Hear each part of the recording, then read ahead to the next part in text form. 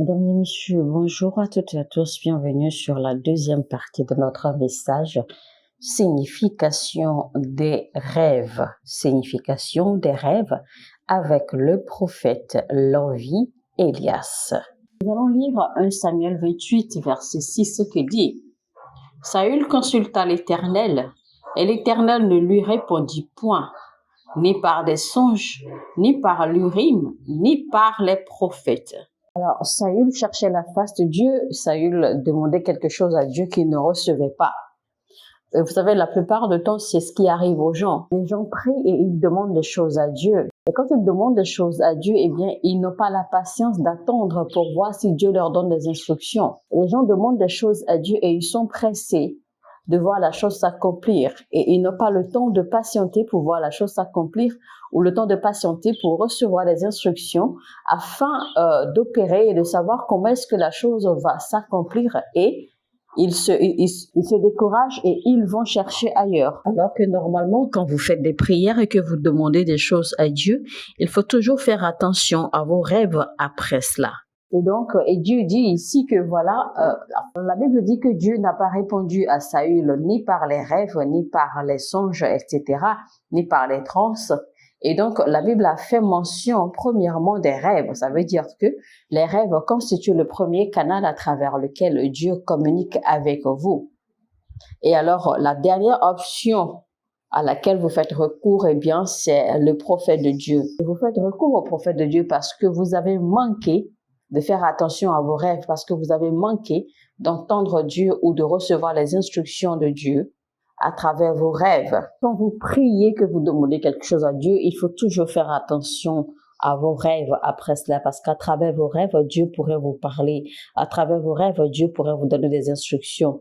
À travers vos rêves, Dieu vous montrera comment faire pour aboutir ou pour arriver à accomplir ou à recevoir ce que vous avez demandé. Alors, imaginez par exemple Jacob a eu la certitude et la conviction, d'accord, qu'il était dans la bonne direction parce qu'il a eu un rêve. Parce que souvenez-vous, après que Dieu se soit révélé à lui à travers le songe qu'il a eu, eh bien, il était convaincu que voici, il était vraiment dans la bonne direction parce que si le message de Dieu n'était pas convaincant, il aurait également compris qu'il n'était pas dans la bonne direction et certainement il aurait reçu instruction de quoi faire. Donc, il est très important de toujours veiller sur vos rêves, veiller d'accord, faire attention aux détails de vos rêves après que vous ayez exercé une période de prière à demander quelque chose à Dieu. N'attendez pas que Dieu fasse les choses tout seul parce que Dieu ne fera rien tout seul et vous risquez même de ne pas le constater.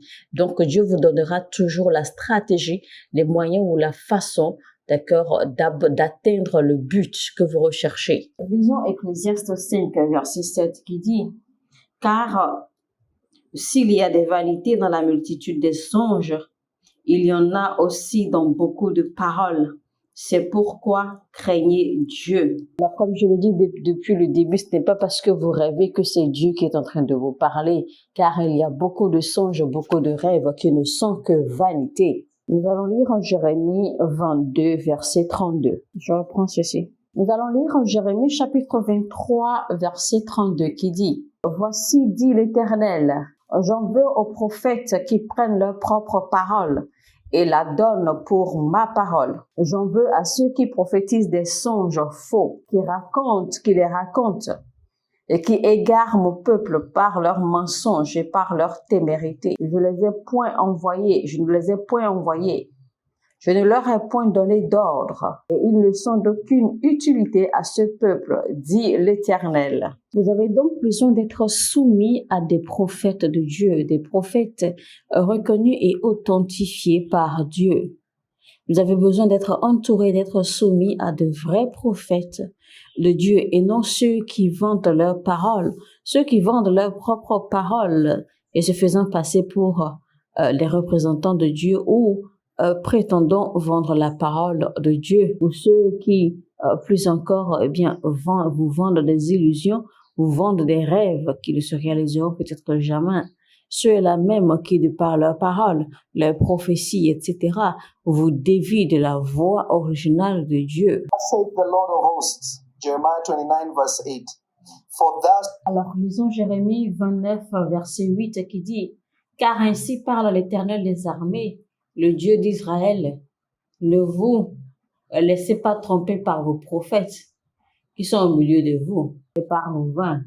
N'écoutez pas vos langues songeurs, dont vous provoquez les songes.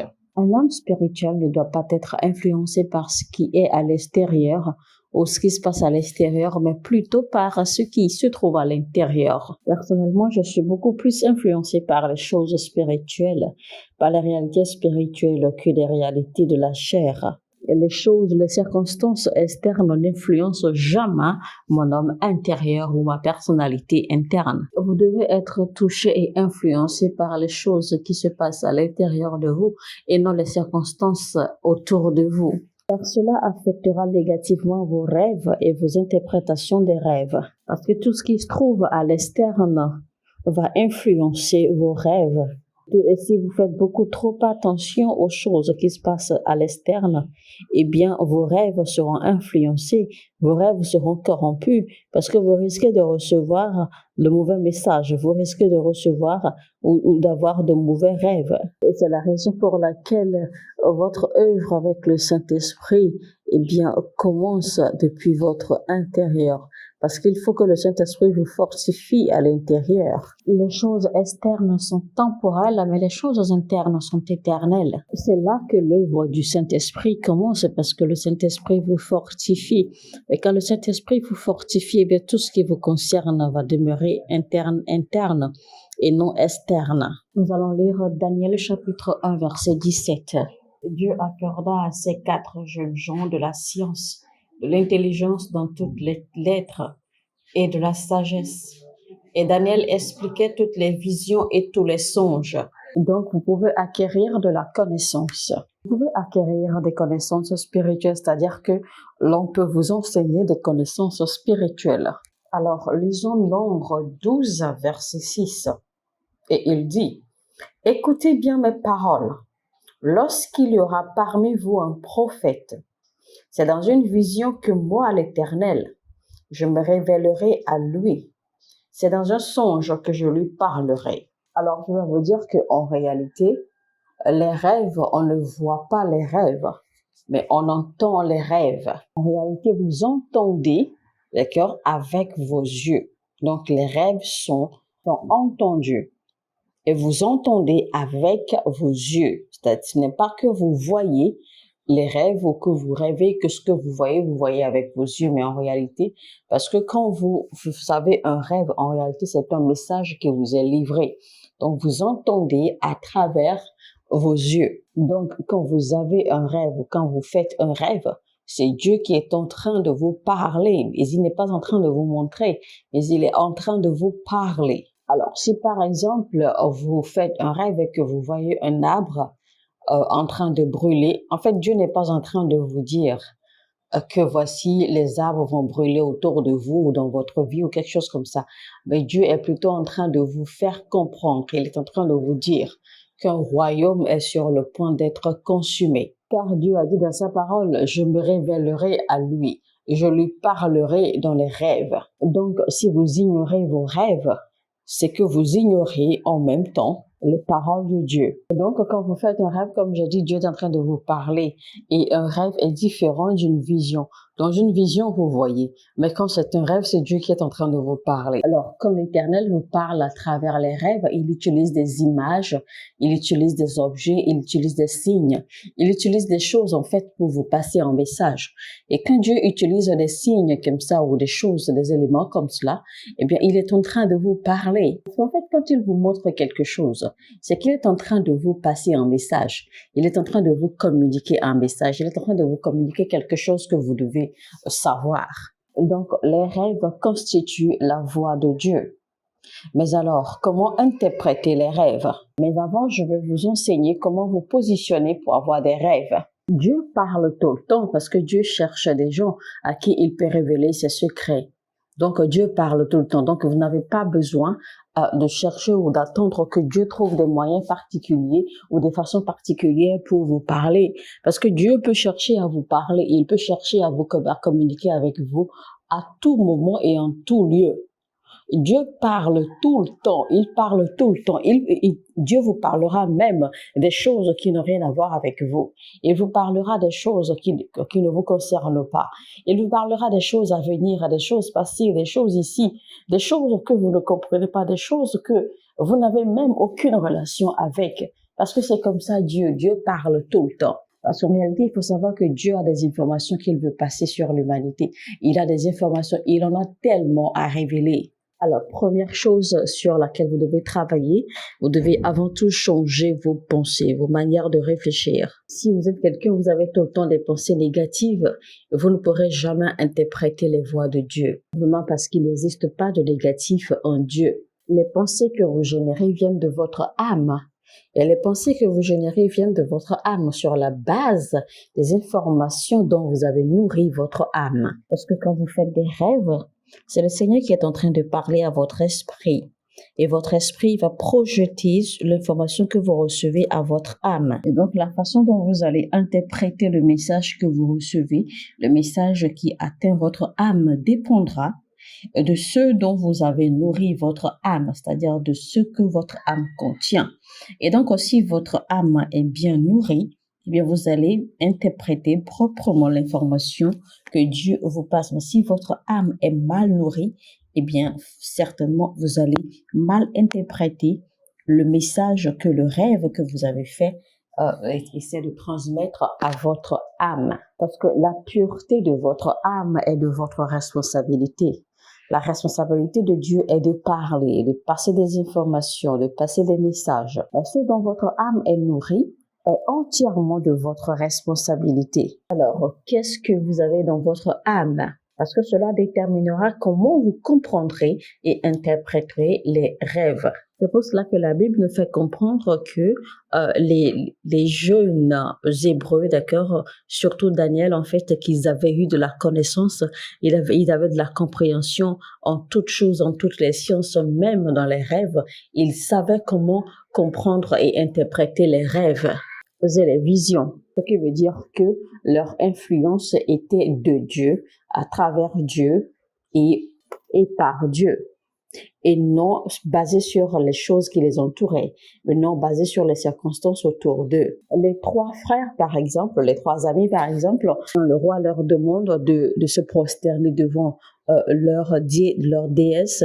Eh bien, ces trois amis hébreux, tellement ils connaissaient leur Dieu, tellement ils avaient confiance en leur Dieu, qu'ils ont gentiment et poliment répondu au roi, même si notre Dieu ne nous délivre pas de cette fournaise de feu, eh bien, nous n'allons pas nous prosterner devant ton Dieu et nous prions que tu vives à jamais, que tu vives longtemps, ô roi. Vous voyez, ces trois jeunes, même dans cette situation, eh bien, n'ont pas eu de négativité.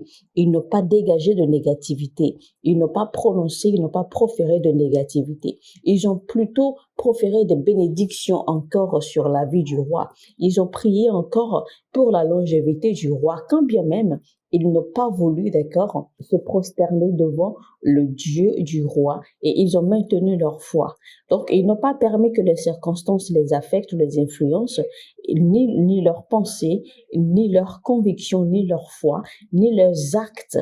Jusqu'à la dernière minute, ils ont encore prié pour le roi. Vous devez donc avoir un système opérationnel pour nourrir votre âme.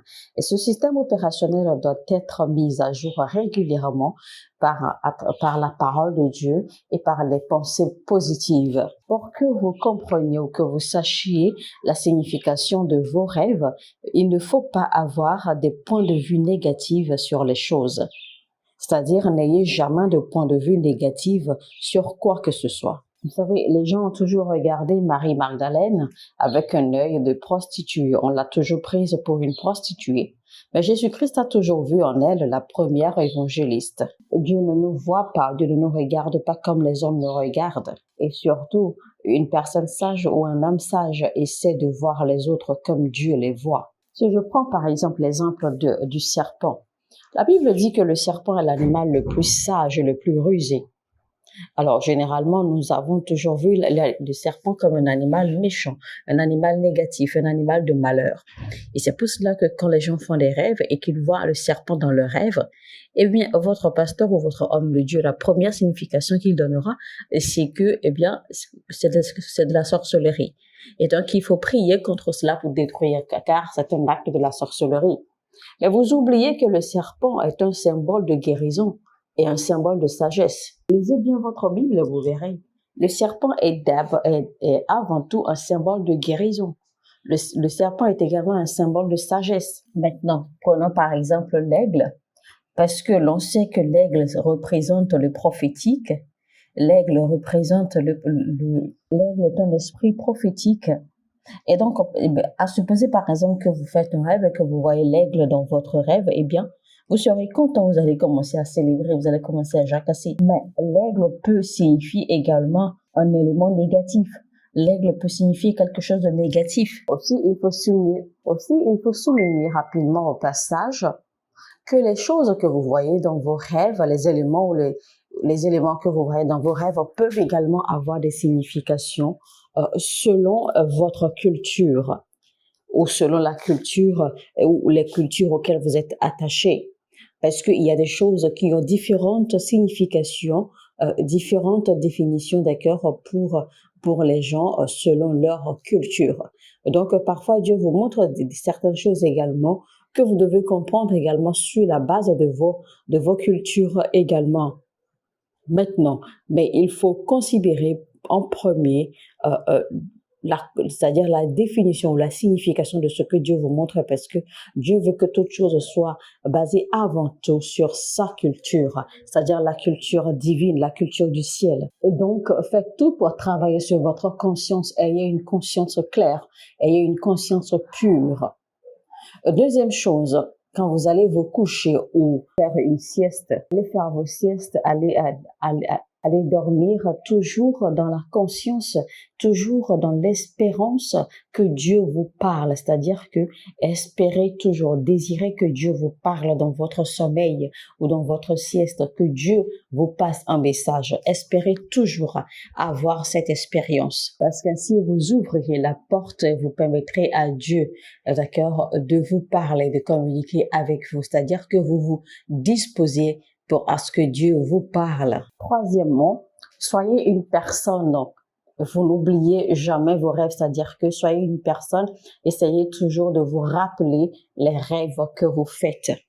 Nous allons lire Genèse 42, verset 9. Joseph se souvint des songes qu'il avait eus à leur sujet, et il leur dit, « Vous êtes des espions, c'est pour observer les lieux faibles du pays que vous êtes venus. » Ça veut dire que Joseph avait la possibilité ou la capacité de se souvenir de ses rêves. Même les rêves qu'il a eus quand il était enfant, il pouvait s'en souvenir. Et si vous ne prenez pas vos rêves au sérieux, vous n'allez pas pouvoir vous les rappeler. Et si vous êtes quelqu'un qui donne de l'importance aux rêves, chaque fois que vous faites un rêve et que vous vous levez, eh bien, vous allez les écrire. Donc, il faut prendre l'habitude. De noter vos rêves quelque part. Notez toujours vos rêves. C'est-à-dire que prenez toujours note de vos rêves prenez toujours note de vos rêves quelque part, afin de ne pas oublier. Car plus votre connaissance et votre sagesse grandit, d'accord, dans les choses spirituelles, eh bien plus vous allez comprendre et interpréter mieux vos rêves. Même les rêves que vous avez eus dans le passé, vous allez pouvoir vous les rappeler et les interpréter. Et quand vous prenez note de vos rêves, marquez-les toujours des dates et des heures précises auxquelles vous avez fait ces rêves. Prenez vos rêves sérieusement, c'est très très important. Ne comptez donc pas sur votre mémoire intellectuelle pour garder tous vos rêves, parce que il y a des rêves que vous allez faire qui pourraient ne pas être pour vous dans le présent, mais des rêves qui pourraient servir pour d'autres personnes dans l'avenir, même si vous n'êtes pas là. Donc, c'est pour cela qu'il est très important de toujours prendre note de vos rêves dans un cas. C'est-à-dire que prenez un cahier, donnez-vous un cahier et prenez toujours note de vos rêves avec date et heure à l'appui. Mesdames et messieurs, c'était donc la signification des rêves, c'est-à-dire la position ou les positions à adopter pour mieux comprendre et interpréter ces rêves. C'était donc la deuxième partie et nous sommes à la fin et c'était avec le prophète Lovi Elias. Si ce message vous a édifié, alors chers amis, cliquez sur le bouton j'aime et partagez le lien au maximum. Si vous n'êtes pas encore abonné à cette chaîne, alors abonnez-vous maintenant et activez la cloche de notification pour ne rater aucun de nos messages. Sur ce, je vous dis que Dieu vous bénisse et à très très bientôt. Shalom.